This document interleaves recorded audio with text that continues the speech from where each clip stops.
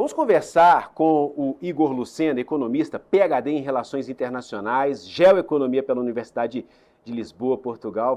Vai nos ajudar a entender o contexto político e os detalhes ali, o que está na letra dessa lei, como ela vai ser usada, aplicada pelo governo Lula, por exemplo. Igor, bem-vindo, boa tarde. Muito obrigado, é uma boa tarde a todos os amigos do SBT News, é um prazer estar aqui. A gente está falando muito que essa lei da reciprocidade coloca instrumentos na mão do Poder Executivo, do governo Lula e do próximo governo, dos próximos governos, medidas, instrumentos para que os governos, o governo federal, tome medidas para responder a uma retaliação. Isso não serve só para Donald Trump, para os Estados Unidos, para qualquer país. Cite alguns exemplos que a gente encontra nessa lei e que podem ser colocados em prática a partir de agora. Olha, o exemplo mais básico é que se a gente tiver e formos aplicar ela a pé da letra, a gente colocaria também um imposto a mais ou uma tarifa de 10% em produtos que viriam dos Estados Unidos para dentro do nosso próprio país, né? Aqueles, principalmente produtos que poderiam ser isentos, como alimentos, né? A gente isentou os alimentos, vários alimentos na área de importação por causa dos altos preços, então a gente teria que colocar uma alíquota de 10% para ser recíproco aos Estados Unidos. Agora, é importante a gente falar três aspectos. O primeiro, esse, como a gente estava vendo nas imagens passadas, né, até o ex-presidente Arthur Lira presidia, é um projeto que foi feito contra a União Europeia. Era um projeto de retaguarda, caso a União Europeia retaliasse dentro do acordo que era negociado, poderia ser um instrumento a ser utilizado. Logicamente, isso virou agora um instrumento quase que de imediato aos Estados Unidos. Isso porque o acordo Mercosul e União Europeia, por causa de Donald Trump, deve ser rapidamente ratificado, já que tanto nós quanto os europeus queremos tarifas quase nulas entre nós para que possamos recompor parte do comércio internacional que será perdido para os Estados Unidos. Então, de uma certa maneira, se isso foi muito ruim do Brasil para os americanos, isso vai ser muito bom para o Brasil em relação aos europeus. Agora, é importante também dizer que a tarifa de 10% que os Estados Unidos está colocando, ela não sei se vai ter esse ataque de reciprocidade. Isso porque a gente já está passando por um momento inflacionário alto, diferentemente de outros países do mundo. Se nós implementarmos uma tarifa recíproca agora para os Estados Unidos, insumos de máquinas, equipamentos, celulares, aviões e vários produtos que importamos dos Estados Unidos, peças e principalmente softwares e componentes, vão encarecer a produção brasileira e isso vai terminar impactando na mesa do brasileiro. Então, se a gente adotar radicalmente essa lei, a gente pode até dar um tiro no próprio pé. Não é o objetivo do Brasil aumentar a inflação. As próprias tarifas de Donald Trump já vão aumentar a inflação por si própria nos Estados Unidos, porque os produtos nos Estados Unidos vão ficar mais caros. Agora, ele vai exportar a inflação. Naturalmente, tudo que fica mais caro nos Estados Unidos termina ficando mais caro no planeta inteiro. Então, a gente tem que ter muito cuidado com o que a gente vai fazer. Acho que o Brasil está tendo uma postura bastante cautelosa agora, de esperar o que os europeus vão fazer, o que é que a China está fazendo, né? A China já disse que vai fazer um acordo de resposta conjunta com o Japão e com a Coreia do Sul. E olha que mundo que está sendo alterado, né? Rivais históricos se unindo por uma questão comercial, pela sua própria sobrevivência econômica. China, Japão e Coreia do Sul tinham rivalidades históricas que agora se unem contra os Estados Unidos. Então, acho que o Brasil precisa esperar um pouco, entender o que vai acontecer com esses países, para aí sim tomarmos nossa decisão. Lembrando também que as tarifas impostas ao Brasil, né, que foram 10%, a chamada parte de baixa, não é bom. Isso não é bom. Isso diminui a atividade econômica global, isso diminui as exportações brasileiras, diminui a projeção de crescimento do PIB. Agora, os produtos que são commodities e que nós vendemos para os Estados Unidos, e produtos também que nós somos competitivos, então a gente está falando do setor agro, do setor de mineração, vamos entrar com 10% de tarifas, enquanto produtos dos nossos concorrentes vão entrar nos Estados Unidos com 20, 25, 18, 17 e até 27. Então, isso significa que, de alguma maneira, com essa situação, a gente pode ser até mais competitivo nos Estados Unidos do que os nossos concorrentes. Mas, claro, o efeito líquido disso tudo é uma diminuição do comércio mundial. Igor, para entender um pouco mais na prática como vai funcionar a lei da reciprocidade, você já adiantou aqui, é um instrumento que o governo tem à disposição, pode lançar a mão, pode usar ou não. Nesse caso, ele avalia, olha, se eu usar, ainda que eu responda e retalie, os produtos que vêm dos Estados Unidos ficam mais caros aqui no Brasil. Será que eu quero essa inflação aqui? Será que eu vou assumir esse risco? Toma ou não toma essa atitude? Mas como é que era antes e como fica? Porque o governo brasileiro ele não podia de imediato aumentar uma tarifa. Como que era essa desburocratização na prática? Precisava passar pelo Congresso, precisava ter um ato normativo da Receita, enfim, como era e como fica a partir de agora? Exatamente. Governos, como um todo, ao criar impostos, eles têm que colocar a alíquota máxima. Eles não podem definir ao fazer o quão eles vão colocar a mão dentro do bolso das pessoas e botar os impostos, porque aí fica muito fácil, né? Você nunca ia ter déficit fiscal. Então, até a aprovação dessa lei, que é específica, lembrando, para o imposto de produtos estrangeiros, impostos de importação, tarifas, né? Tarifas de importação, o governo brasileiro tinha limites para cada um dos produtos aprovados pelo Congresso Nacional em parceria com a Receita. Então, a gente tem uma lista, um conjunto de produtos, de impostos que são pré-estabelecidos.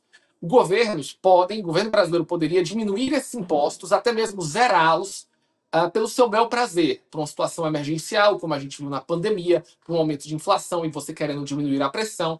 Então, o governo poderia fazer isso, baixar impostos, mas ele nunca poderia colocar alíquotas acima dos valores de impostos estabelecidos em lei. Né? Isso aí seria um ato inconstitucional e isso não seria permitido, até porque não haveria previsibilidade dos agentes econômicos se os governos pudessem decidir qual é a alíquota de imposto a qualquer hora. Com essa nova lei, o governo fica autorizado a fazer com que impostos sobre importação, essas tarifas alfandegárias, possam ser imediatamente aumentadas se aquele produto, aquele conjunto de produtos brasileiros que são exportados sofrerem tarifas novas a partir daquele momento que impactem a economia brasileira. Então, isso a partir de agora aumenta a tarifa contra produtos brasileiros, o governo automaticamente é autorizado a aumentar tarifas de importação contra produtos daquele país que tomou a primeira atitude de taxar produtos brasileiros. Então, é algo que é recíproco, mas não dá total liberdade para o governo definir internamente tarifas internas. Então, vai ser sempre uma lei que é uma resposta para uma ação de um outro país contra o Brasil. Igor, ele mostrou a tabela, e aí eu trago ela, se der para a gente colocar na tela, pessoal, aqui. China, 67%. China aplica 67% contra os Estados Unidos. E agora os Estados Unidos passam a aplicar 34% sobre a China.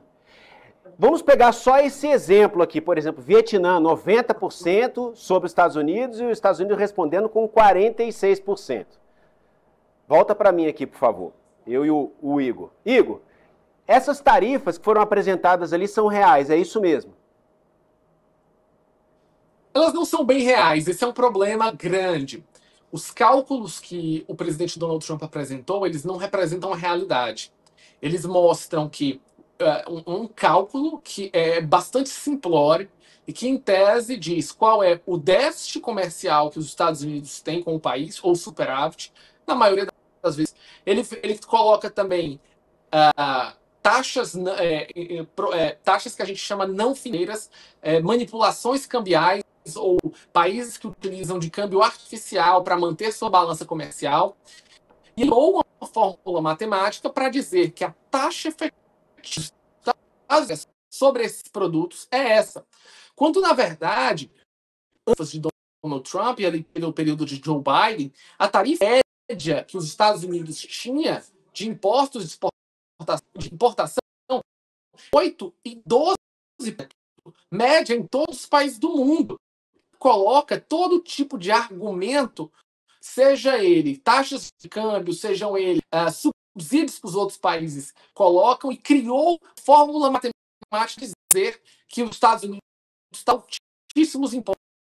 Aí ele faz uma conta aonde utiliza esses dados, inversa e diz: eu vou agora esses países nesse valor, que dá aproximadamente metade do valor, para fazer contrabalanço disso.